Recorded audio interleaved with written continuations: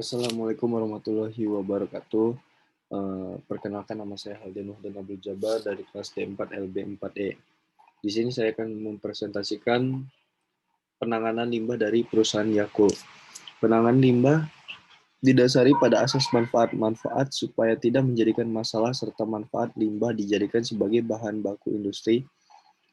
Hal ini yang akan diterapkan pada industri besar seperti yang akan dijelaskan mengenai proses penanganan limbah pada industri PT Yakult Indonesia Persada.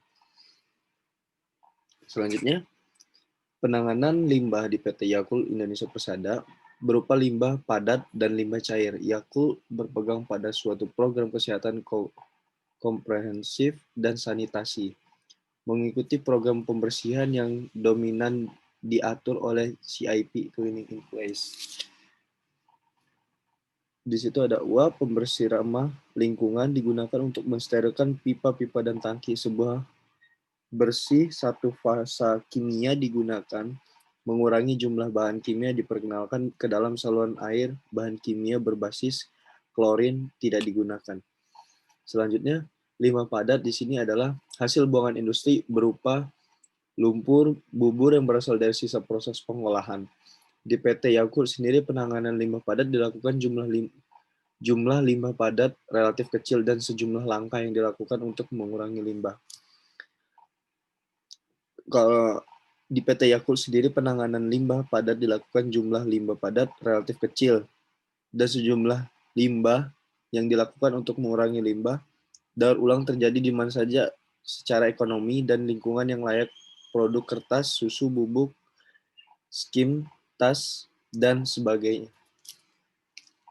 Didaur ulang, botol dilumatkan dan dicampur dengan resin lain yang akan dibuat menjadi berbagai produk plastik, misalnya kursi dan meja. Selanjutnya, limbah cair adalah limbah hasil pencucian mesin atau sisa pencucian bahan atau kemasan. Limbah cair, setiap limbah cair masuk ke dalam sebuah tangki penampungan di fasilitas pengolahan air.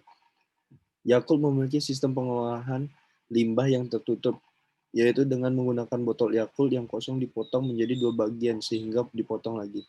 Sehingga mikroba yang terdapat di botol dapat membersihkan sehingga dapat termasuk seperti lumpur aktif. Limbah ini tidak menimbulkan bau yang berlebihan sehingga sampai sekarang PT Yakult Indonesia Persada belum pernah mendapatkan komplain dari masyarakat sekitar. Upaya pengolahan lingkungan. Pengolahan lingkungan, pengolahan limbah dan cemaran, pengolahan terhadap limbah dan pencemaran telah dilaksanakan sesuai dokumen UKL dan UPL. Pengolahan limbah, pabrik dan karyawan, pengolahan terhadap lingkungan pabrik dan karyawan dilakukan sesuai dengan dokumen UKL dan UPL.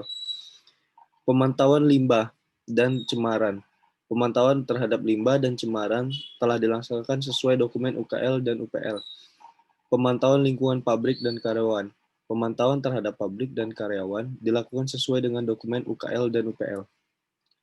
Selanjutnya di sini, manajemen energi.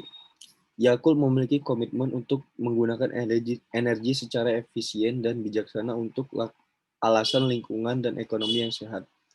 Pabrik tersebut mencakup peralatan terbaru dan teknik untuk mengurangi jumlah energi yang digunakan. Sebagai contoh, semua cairan dipanaskan dengan menggunakan piring pertukaran panas. Semua mesin terawat dengan baik untuk berfungsi secara optimal, memastikan energi itu tidak hilang atau sia-sia. Tidak CFC yang digunakan dalam pendinginan atau pendingin.